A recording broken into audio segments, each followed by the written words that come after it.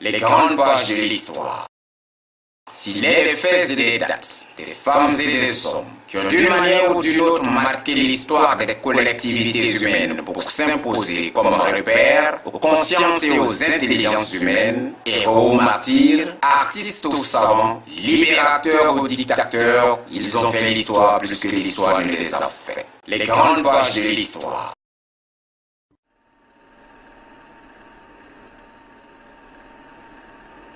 Été 1963. Cette année-là, presque un Français sur deux profite des vacances. La France vit sa première année de paix depuis 24 ans, sans guerre mondiale ni conflit colonial. La croissance économique est bonne, les Français font beaucoup d'enfants. L'avenir est prometteur. Mais alors que les vacanciers se prélassent, on s'agite dans les couloirs presque vides de l'Élysée. C'est que l'affaire est grave. Au Congo-Brazzaville, des officiers de l'armée du jeune État indépendant se sont mis en tête de renverser le pouvoir. Ce chef d'État sur le point de se faire renverser, c'est l'abbé Youlou. L'abbé est un drôle de personnage, autoritaire, excentrique. Prêtre suspendu par sa hiérarchie, amateur de jolies femmes, c'est un coquet qui porte des soutanes de chez Dior. On chuchote que le grand patron, le général de Gaulle, ne l'aime pas. Oui, mais Youlou est l'homme de la France à Brazzaville. C'est un ardent francophile. Et puis Brazzaville, c'est une ancienne capitale de la France libre. Tout un symbole. Il faut agir très vite. Dans les rues de Brazzaville, ça ne va pas très bien. Les émeutiers l'emportent.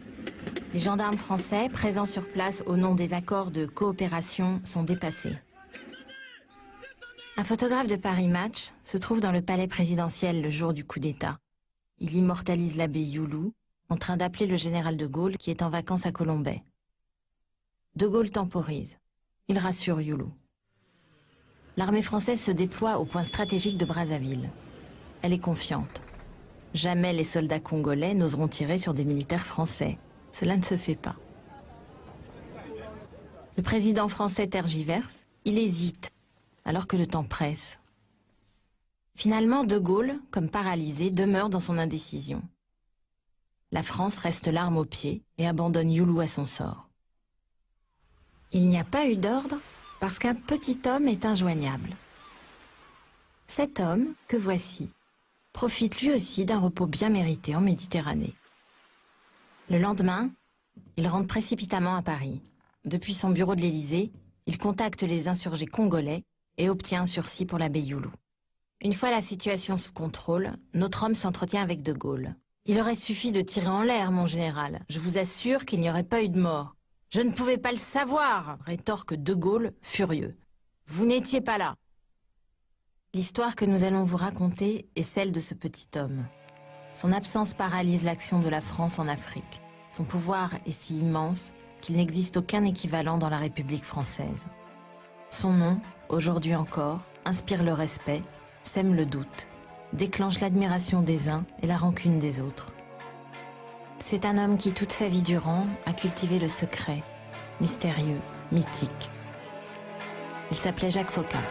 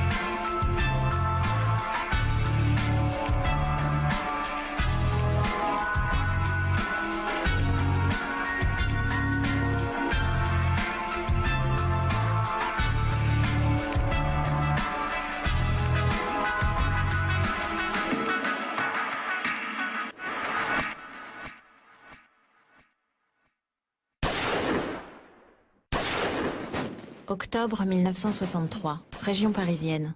Championnat de tir de la police nationale. Roger Frey, ministre de l'Intérieur, est venu admirer ses troupes. Jacques Foccart est venu encourager quelques recrues africaines en formation en France. Le cadreur de l'ORTF filme le ministre. Singulière image. Tout converge vers le ministre alors que la réalité du pouvoir se trouve discrètement juste à côté de lui. Foccart a 50 ans. Il est à l'apogée de sa puissance. Il est secrétaire général aux affaires africaines et malgaches. Une position officielle modeste qui n'a pas l'éclat d'un ministère. Mais il règne sur une centaine de collaborateurs et surtout ne répond de son action que devant un seul homme. Foccart voyait De Gaulle quasiment tous les jours. Pierre Lefranc, gaulliste historique, très proche collaborateur du général, ancien résistant et agent du BCRA, le service secret gaulliste pendant la Seconde Guerre mondiale. Il était parmi les 4 collaborateurs permanents que De Gaulle recevait tous les jours. Il était à côté du bureau du général et ça lui arrivait à ce moment-là quand on était tous les deux en train de bavarder. Bob Maloubier.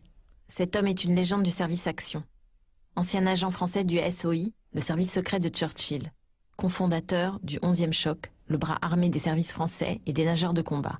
Ancien cadre des sociétés pétrolières Shell et Elf. Et à ce moment-là, le général passait à la porte, il disait « Ah, Foccart, vous êtes pris, je m'excuse », et je refermais la porte. Voilà. C'était l'homme invisible, n'est-ce pas? On le voyait, mais enfin, il était peint en gris. Jean Lacouture. Grand reporter au Monde et au Nouvel Observateur. Biographe, notamment du général de Gaulle, il a suivi de très près la marche vers l'indépendance de l'Afrique noire. Il était d'autant plus peint en gris qu'on regardait s'il était là, parce qu'il avait déjà plus ou moins sa légende, en tout cas, oui. Mais enfin, on ne le voyait jamais intervenir, il était l'homme de l'ombre, voyant tous les jours, au moins 20 minutes ou une demi-heure, le général de Gaulle. C'est probablement l'homme qu'il a vu le plus certainement tous les jours pendant l'occupation du pouvoir par le général de Gaulle. Mais enfin, c'est un homme dont on parlait, mais auquel on ne parlait pas. Jacques Foccart partage le pouvoir avec d'autres sur les affaires françaises. Mais il a son domaine réservé, où il est le seul à conseiller et à influencer de Gaulle. L'Afrique. L'Afrique. Sa compétence personnelle, son jardin privé. Il en connaît les hommes, les principales ethnies, les mœurs et les coutumes. Il y est respecté, il y est craint. Mais que fait-il exactement? Tout. Concernant l'Afrique, Foccart entend tout, Foccart voit tout, Foccart organise tout. C'est lui qui s'occupe des voyages officiels, privés ou secrets, des petites et grandes réceptions, des audiences qu'il peut accorder ou refuser, des décorations des chefs d'État, des petits ou des grands cadeaux, de la nomination et de la révocation des ambassadeurs français en Afrique, et enfin, des services secrets extérieurs. La mission était limpide et claire.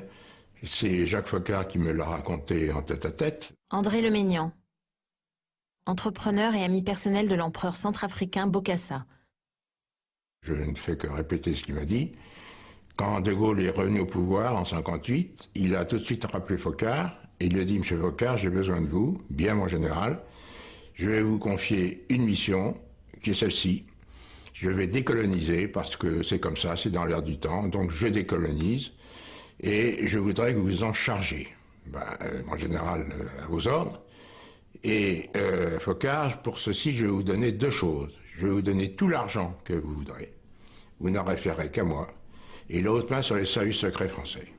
Si la semaine se passe à l'Élysée, dans un bureau qui jouxte celui du soleil gaullien, c'est à l'Usarche que se déroulent les week-ends où Jacques Foccart, naturellement, travaille encore et toujours. Journal de Jacques Foccart, septembre 1967. Samedi 23, l'Usarche. Bokassa est venu déjeuner. Le lendemain, dimanche 24, l'Usarche. Cette fois, ce sont Houphouët Boigny et sa femme qui sont venus déjeuner. Houphouët, très détendu, très gentil, très gai.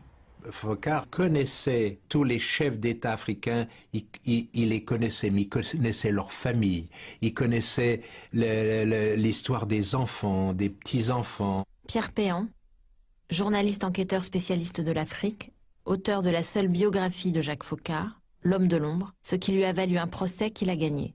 Foccart a ensuite souhaité le rencontrer et les 2 hommes ont longuement échangé.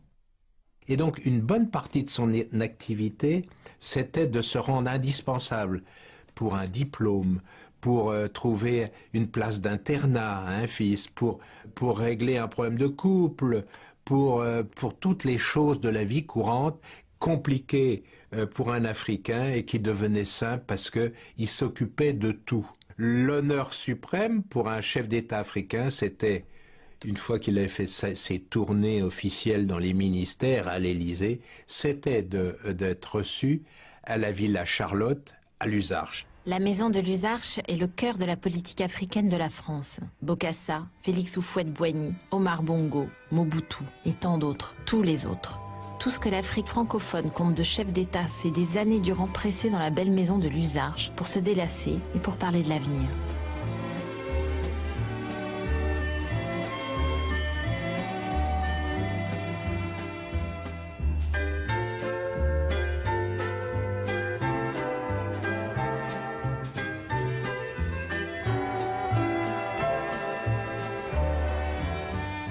Foccart a un secret que l'on peut tout de suite dévoiler. Il est joignable. Jour et nuit, il reçoit et donne des coups de téléphone. Voici son bureau, de petite taille. À sa mort, il a été vidé par des hommes en costume qui ont tout pris. Qui étaient-ils? Des ST, des GSE, renseignements militaires. Quoi qu'il en soit, l'endroit a été soigneusement nettoyé. À l'exception de son vieil imperméable et de ses lunettes. Comment une telle concentration de pouvoir a-t-elle été possible?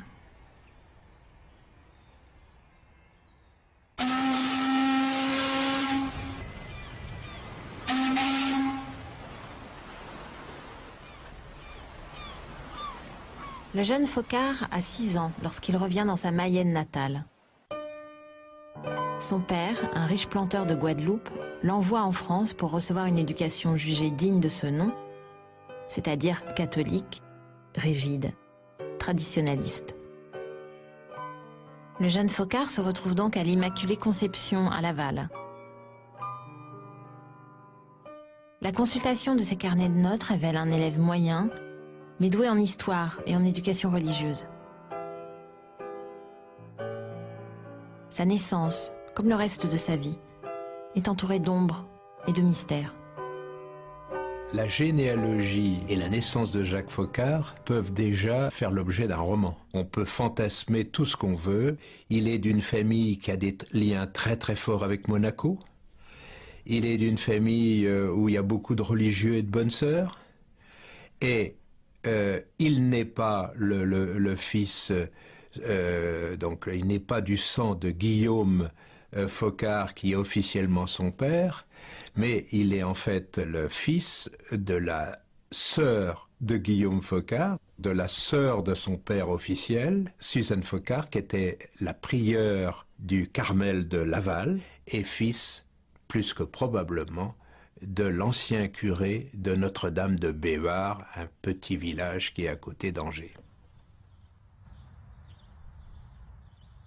Mai 1933, Jacques Foccart a 20 ans. Ancien élève et pensionnaire au collège Immaculée Conception de Laval, il assiste fidèlement à la fête de son ancien établissement.